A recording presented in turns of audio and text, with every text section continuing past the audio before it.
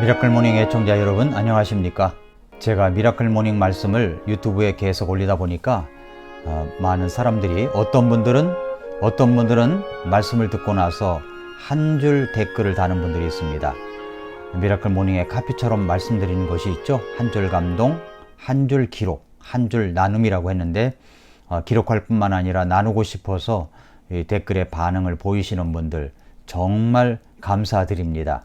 저도 이 말씀을 전하다 보니까 어떤 좋은 반응이 있을 때 더 즐거움으로 이 일을 할 수가 있는데, 어떤 때는 반응이 전혀 없다 보면 이 말씀이 사람들에게 어떤 영향을 미칠까 궁금해 할 때가 있습니다. 이렇게 좋은 댓글을 다시는 분들이 있습니다. 그러나 그렇지 않은 분들도 있습니다. 악플입니다. 제가 볼 때 이것은 정말 악플이라고 생각되는 것들이 있습니다. 하나님의 말씀을 듣고도 악플을 달아놓으니 이런 분들이 정말 어떤 분들인가 참 궁금해하지 않을 수가 없습니다. 정말 유튜브라고 하는 이 바다는 너무나도 많은 종류의 사람들이 있구나 라고 생각될 때가 있습니다.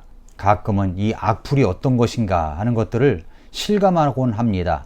다행히도 유튜브에서는 너무 심한 악성 댓글에 대해서는 이렇게 분류를 해놨습니다.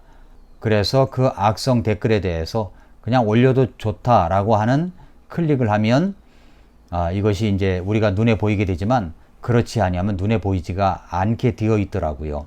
그러나 웬만한 것은 다 그대로 올려져 있습니다. 유튜브에서야 그렇게 분류한다고 하지만 블로그와 신문에서는 그대로 다 올라가지 않습니까? 그냥 그대로 악플이 달립니다. 제가 올린 그 유튜브 영상에 대해서 악플을 다는 사람들을 볼 때 참 마음이 그렇게 유쾌하지 않은데, 정말로 이 악성 댓글로 인하여 심한 괴로움을 받다가 극단적인 선택으로 세상을 떠나는 사람들의 그 심정을 한 10,000분의 1 정도나 10,000분의 1 정도는 제가 조금 느끼는 것 같습니다. 얼마나 힘들었을까를 생각하게 됩니다. 댓글 문화에는 긍정적인 면과 부정적인 측면이 있습니다. 자유로운 토론의 장이 되기도 하고 기사의 허점을 지적해 주는 등 참여 민주주의를 통해 대중의 생각을 전달하는 점은 댓글의 순기능이다 라고 생각할 수가 있습니다. 반면 정당한 비판이 아니라 맹목적인 비난으로 변질되고 익명성에 숨어서 폭력적으로 변화되는 것은 역기능으로 꼽힙니다. 그뿐만 아니라 댓글 부대가 동원이 되어서 여론을 조장하는 것도 역기능에 해당되는 것이기도 합니다. 여론 형성 도구 혹은 마녀 사냥 무기라고 하는 그런 양면성을 동시에 갖는 것입니다. 전문가들은 댓글을 다는 사람들의 욕구가 몇 가지가 있다고 이야기를 합니다. 첫째는 소통 욕구가 있습니다. 어떤 사안에 대해서 내 생각과 다른 사람들의 생각이 같은지 다른지를 알고 싶어서, 어떻게 다른가 확인하고 싶어서 이 소통 욕구 때문에 댓글을 달 수가 있습니다. 댓글을 다는 또 다른 이유는 관심 욕구 때문입니다. 인간은 타인으로부터 관심받고 싶어 하는 기본적인 욕망이 있습니다. 인간은 타인으로부터 관심받고 인정받고 싶어 하는 마음이 있는데, 댓글을 달므로 인해서 이런 마음을 충족시켜 준다는 분석이 있습니다. 서울대 심리학과 교수인 곽금조 교수는 댓글 쓰기에는 남에게 인정받고 싶어 하는 심리가 숨어 있다. 댓글에 호응이 클수록 인정받았다고 생각하게 된다며, 초등학교 학생 등 저연령층이 댓글을 많이 쓰는 것도 이 같은 이유다라고 이야기했습니다. 악성 댓글러들은 평소에는 순한 양 같은 사람이 운전대만 잡으면 각종 욕을 하며 거친 운전을 하는 모습과 비슷하다고 얘기를 합니다. 익명성의 횡포입니다. 오늘 저는 이런 문제에 대해서 한번 말씀이 우리에게 주는 가르침을 생각하고 싶습니다. 야고보서 1장 26절에서 너희 가운데 어떤 사람이 신앙심이 있어 보이되 자기 혀를 제어하지 아니하고 자기 댓글을 제어하지 아니하고 자기 마음을 속이면 이 사람의 신앙행위는 헛것이니라 말씀했습니다. 야고보서 1장 26절 말씀입니다. 댓글은 혀로 할 말을 손으로 쓰는 것과 같은 것입니다. 그렇기 때문에 우리는 야고보서 말씀을 통해서 우리의 혀에 대해서, 손으로 쓰는 댓글에 관해서 깊게 말씀을 받을 필요가 있습니다. 그러니까 오늘 말씀은 혀와 댓글에 대한 하나님의 말씀입니다. 혀는 우리의 지체 중에서 아주 작은 지체에 불과합니다. 그렇지만 이 혀의 의력은 정말로 큽니다. 내가 한 줄 쓰는 악성 댓글도 마찬가지입니다. 혀는 다른 사람을 절망의 늪에서 허우적거리게 할 수도 있고 다른 사람에게 치명적인 타격을 줄 수도 있습니다. 댓글도 다른 사람들을 절망의 늪에서 허우적거리게 할 수도 있고 치명적인 영향을 줄 수도 있습니다. 혀는 총이나 칼 같은 무기가 없어도 사람을 죽이는 독이 가득한 것입니다. 댓글도 그렇습니다. 총이나 칼을 잡지 않았을 뿐이지 그 글을 통해서, 한 줄을 통해서 사람을 죽일 수 있다는 것을 우리는 그런 신문지상의 뉴스를 통해서 볼 수 있지 않습니까? 그러니까 총이나 칼을 들지 않았을 뿐이지 죽이는 독화살을 쏘는 것과 똑같은 것입니다. 그러나 혀를 바로 쓰면, 댓글을 바로 쓰면 천금을 준 것 같이 사람의 마음을 훈훈하게 할 수가 있습니다. 그것은 많은 사람들을 격려하는 것으로도 바뀌어질 수가 있고 많은 사람에게 힘을 줄 수 있는 글로도 바뀌어질 수가 있습니다. 사람을 살리는 일에도 쓰일 수가 있습니다. 사람을 희망차게 만드는 일에도 쓰일 수가 있습니다. 그렇다면 여기서 우리는 한번 생각해 봐야 됩니다.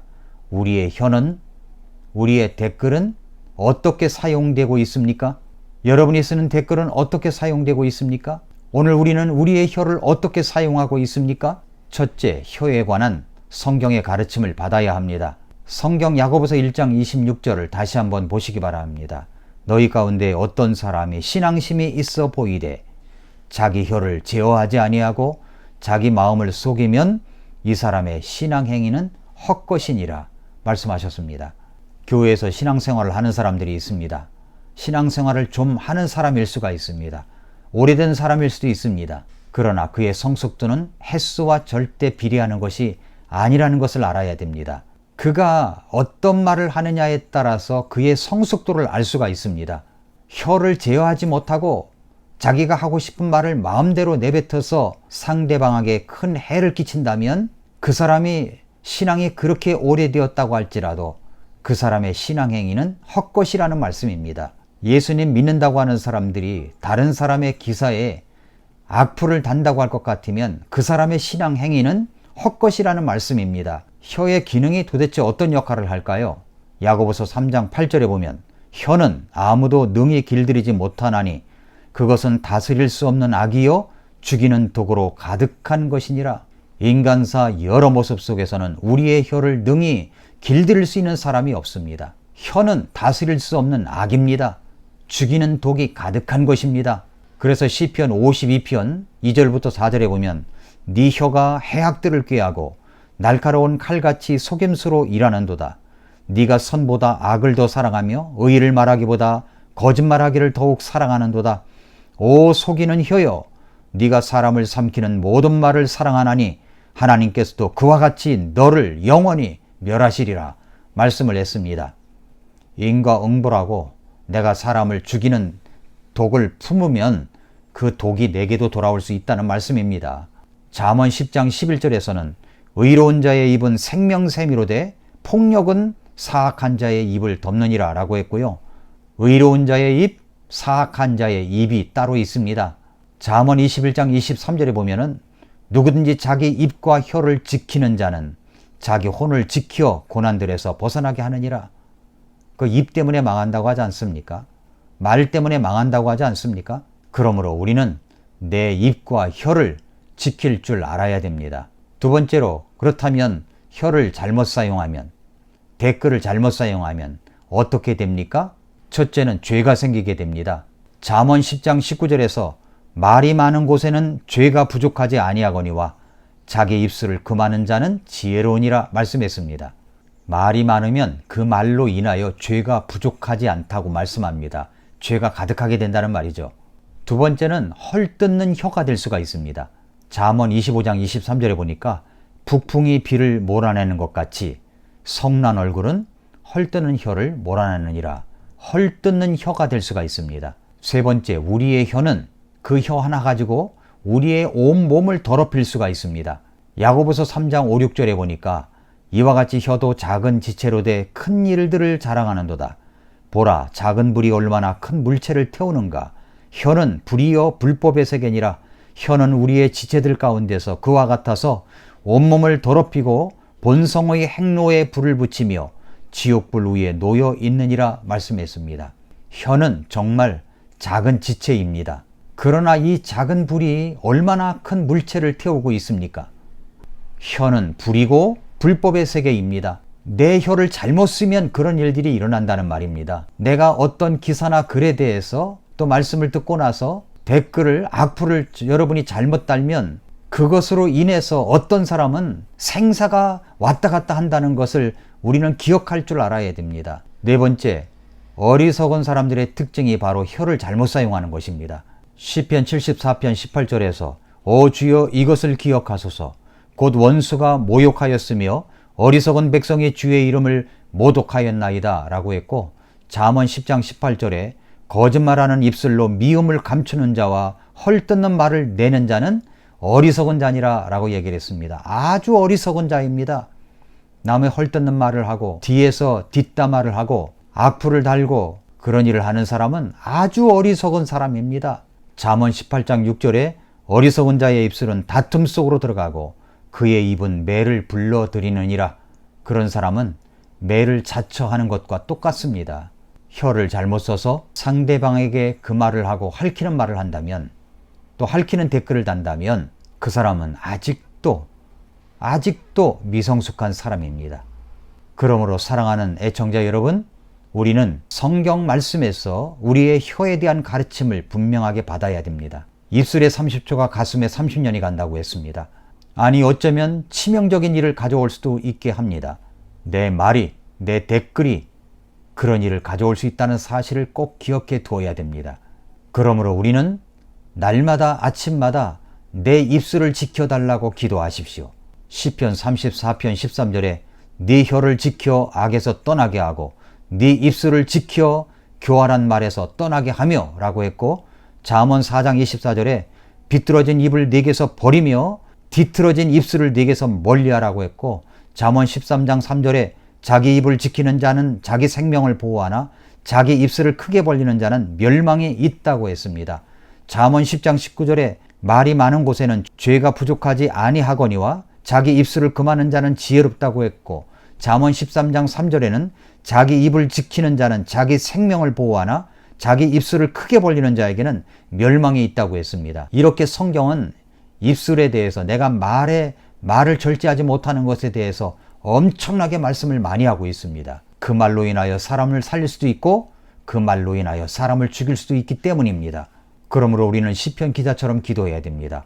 시편 141편 3절에 오 주여 내 입에 파수꾼을 세우시고 내 입술의 문을 지키소서. 내 입술의 문을 지키소서.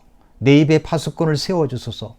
이 기도가 저와 여러분의 기도가 될 수 있기를 바랍니다. 또한 우리의 입술을 제어하기 위해서 날마다 아침마다 우리의 마음을 하나님의 말씀으로 가득가득 채울 줄 알아야 됩니다. 또한 날마다 아침마다 하나님의 말씀을 통해서 하나님의 임재를 경험하며 살아가야 됩니다. 이사야 6장 5절에서 이사야가 하나님의 임재를 경험할 때 어떤 고백부터 한 줄 여러분 아십니까?